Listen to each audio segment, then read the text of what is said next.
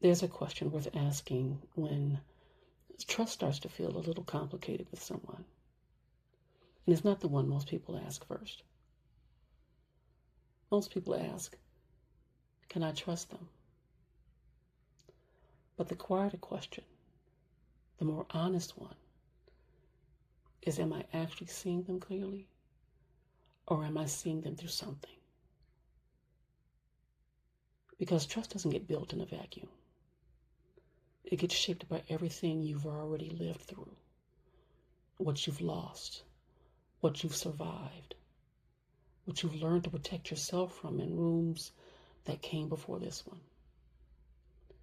And those experiences, they don't just stay in the past where they happen. They travel with you. They become lenses, quiet ones, the kind you don't always know you're wearing until something feels off and you can't quite explain why. Someone takes a little longer to respond than usual, then your mind starts filling in the silence.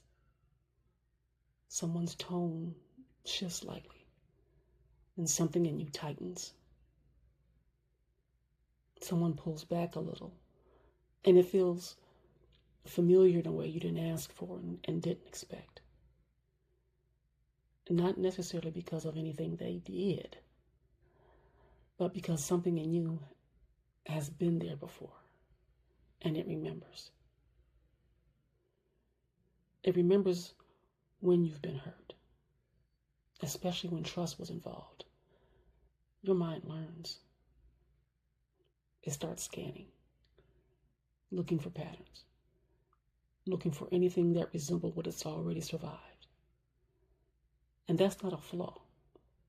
That's protection. That's your system doing exactly what it was designed to do. But here's where it gets complicated. Protection can become projection. And when that happens, you're not just responding to what's in front of you. You're responding to what's behind you, to the residue of something that taught you to be careful, sometimes with people who had nothing to do with the lesson. And I want to be clear here about something, because it matters. Sometimes your instincts are exactly right. Sometimes someone really is untrustworthy. Sometimes the pattern you're seeing is real. Sometimes what you feel is not a lens. It's clarity. And you don't abandon that. But sometimes you're responding to an echo. And telling the difference between the two, between a real signal and a familiar wound, is some of the most important inner work there is. And this is because it requires you to ask yourself something uncomfortable.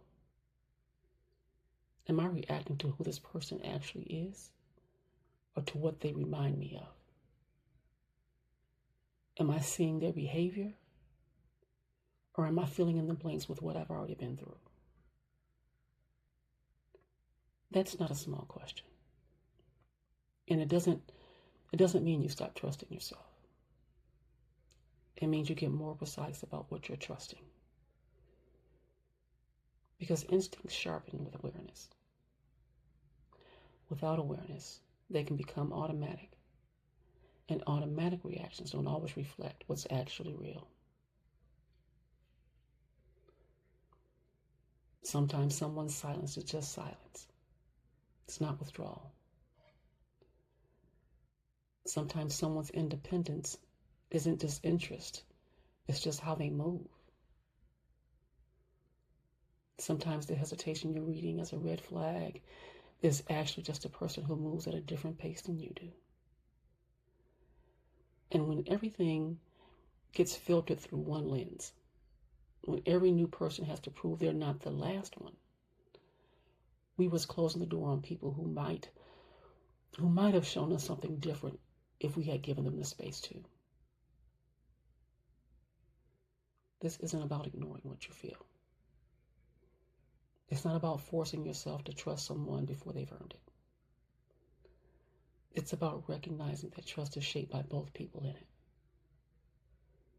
The person being trusted and the person doing the trusting. Both bring history. Both bring lenses. Both bring things they're still working through. And sometimes the real question isn't, is this person trustworthy? Sometimes it's, am I actually letting them show me who they are? Or have I already decided based on someone else? Because trust can't grow when someone is constantly being measured against experiences that they weren't a part of.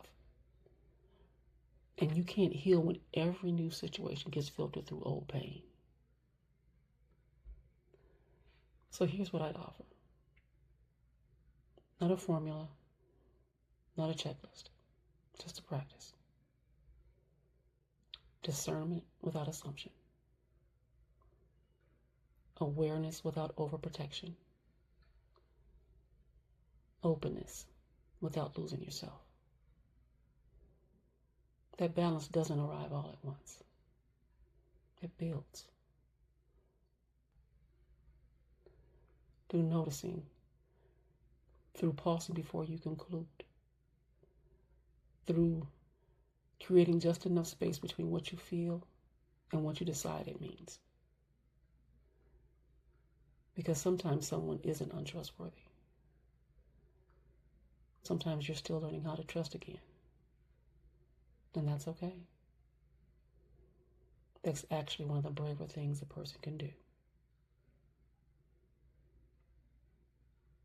Sit with yourself there and continue traveling. If this feeling is where you are right now, the next step isn't fixing your life. It's understanding where you are. And that's where we begin.